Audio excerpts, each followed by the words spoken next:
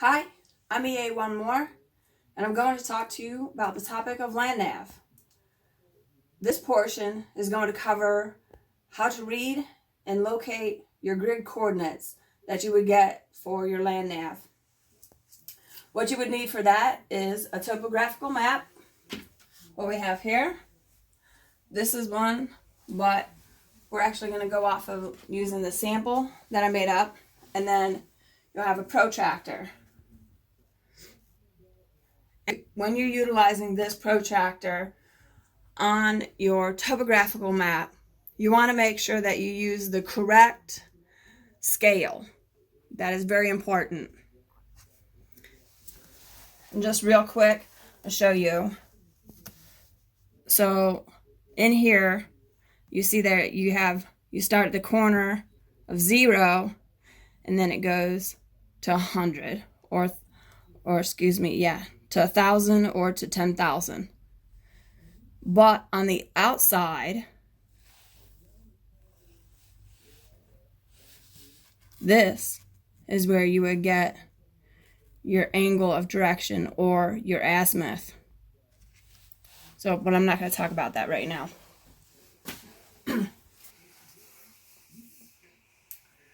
For your grid coordinates, you have various options.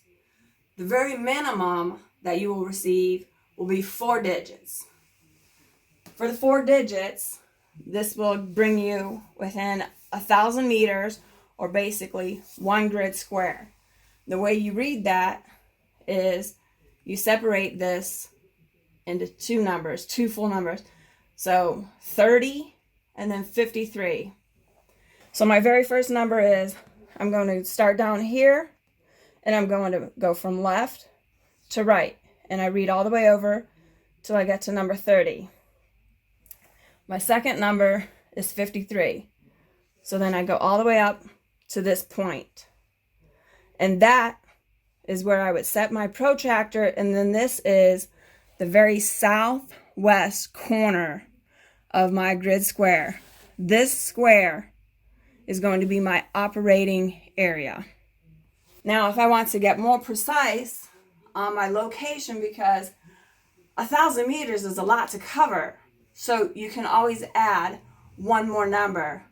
So you can go into 6 numbers, and then again, you'll separate that into half as far as for making this 3 equal on this side and 3 equal numbers on this side.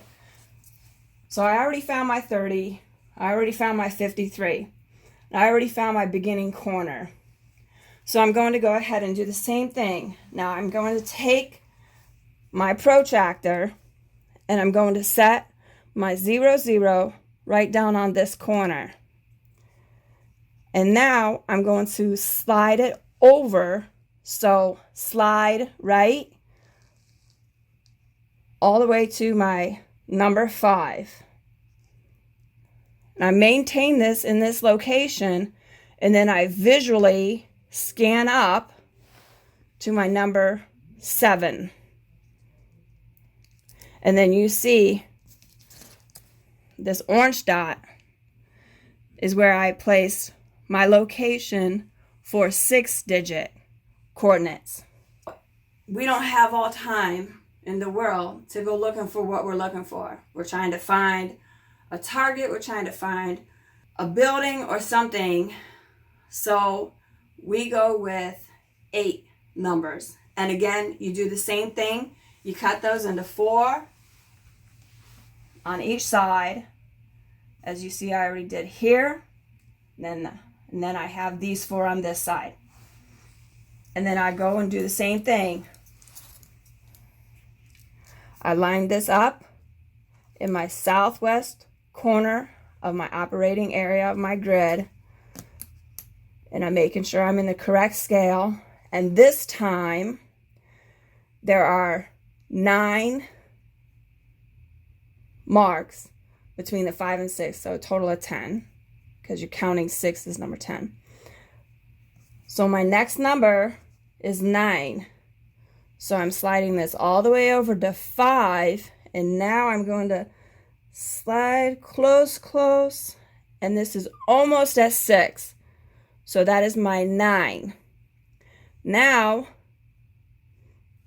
I hold this in place, and then I visually scan up to, here's my 7, and then my next number is going to be 2, so it's just a touch to this 2. Looks like it's at 8. Probably bumped it, but this red mark is where my location will be if I have the 8-digit coordinates provided to me. And you can actually see, even in this, we go from this 1,000 meters to cover, down to 100 meters to cover, down to 10 meters to cover. Oops, I just erased that off, just about. So anyhow, I still have a little red spot there. So as you can see, this is less area to cover, which means we will find what we need to in a shorter amount of time. That way, when you get close to where your location is, your pace counter tells you that you're very close. That's when you want your whole squad to spread out and then start looking for some kind of landmark. Then you know you're within the range. So that is how you read your grid coordinate system. After that, you're going to receive a list of grid coordinates, and you'll do that same thing going right up for each one to locate their points on your overall map. What I would encourage you to do is, as you have them and you locate them, you write on your map point 1, point 2, point 3. All right, so what I actually did is I took my ruler with a pencil and I drew from point 1 to point 2. Then I took my protractor and I made it as level as possible, or square as possible. And then my angle looks like is about 130 degrees. So in my wheel book, I'm actually going to write down, I have point 1. Let me put point 1. I wrote down my grid coordinate system, and then this is my angle, and then I'm going to write 130 degrees. And then at the bottom of your topographical map, you'll have a scale, and that scale will tell you how far every inch equals. So for this case and purpose, we're actually just going to try to go off of here. So I'm just going to mark. So that is 1,000 meters.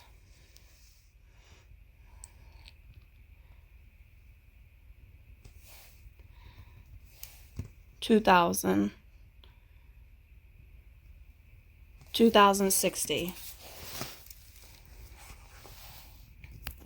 2,060. This brings me to my next point as map reading and understanding the grid coordinates. You heard me mention azimuth. There is 360 degrees in a circle. The Earth rotates 360 degrees. That is basically what your azimuth is. How do you find it? I just showed you with the protractor how you find it from your one point to the other. Now we're going to get into your magnetic north. What's the difference? And what is your angle of declination? What is magnetic north? Well, every map is drawn in a true north orientation. But as we know, the Earth isn't actually straight up and down. It's actually cockeyed a little bit. So the center of the earth has a magnetic pull, which adjusts every year as the earth spins on its axis. And that is what magnetic north is. That's where your compass arrow is going to pull towards. And everywhere, every location of the world, they have a different angle of declination, meaning where north is and what the magnetic pull is for that location of that particular part of the world where you are on the Earth's surface. So that is your angle of declination. I looked up ours for here in Ohio, and it is 8 degrees 13 minutes. So what does that mean?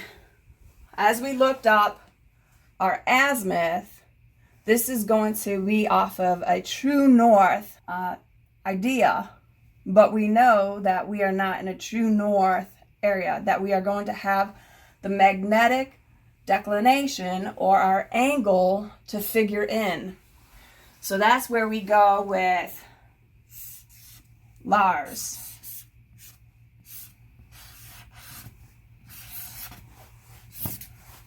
What does that mean?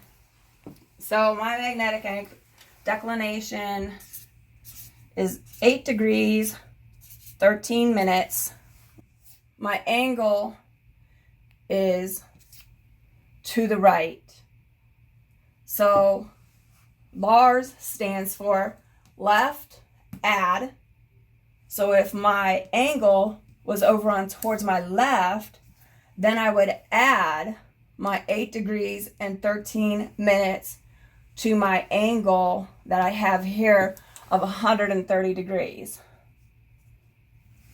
I would add that. However, this is going towards the right, so I subtract. So I'm going to subtract the 8 degrees and 13 minutes from 130. And so there is 60 minutes and 60 seconds in every degree. And I'm just not going to get in the weeds with you on that. All right, with some real quick math and knowing that there's 60 minutes and 60 seconds in every degree, I figured this angle, my new angle, is to be 122 degrees and 47 seconds. So that is the angle that you'll actually want to go this distance in, which was 2,600 meters from point 1 to point 2. So when doing your grid coordinates and figuring out your azimuth, remember, write up, and then you put in your azimuth. So write up your azimuth. I'm EA One More. Have a good time.